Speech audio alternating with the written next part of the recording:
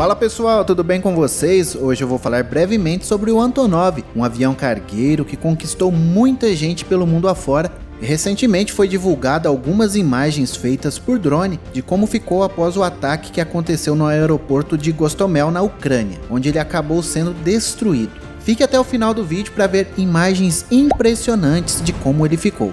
Ah, e se você não for inscrito, se inscreva, deixa aquele curtir e diga aí nos comentários o que você achou deste vídeo. Eu sou o Thiago Silva e você está no canal Voando com Drone.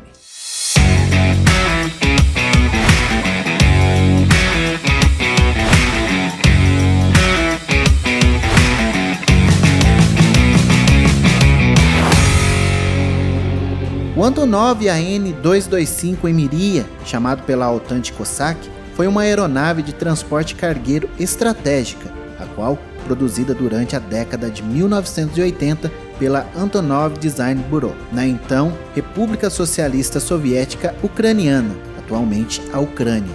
O Antonov AN-225 Emiria era a maior da fuselagem.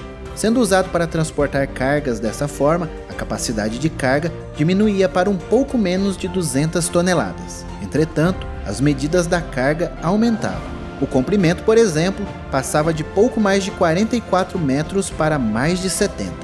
Era necessário apenas que a carga tivesse uma distribuição geométrica de modo que não desestabilizasse o centro da massa da aeronave. O AN-225 Emiria foi destruído na batalha no aeroporto de Gostomel durante a invasão da Ucrânia pela Rússia em 2022.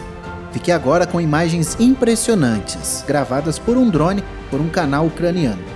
Não esqueça de se inscrever, curtir e compartilhar esse vídeo. Até o próximo, forte abraço!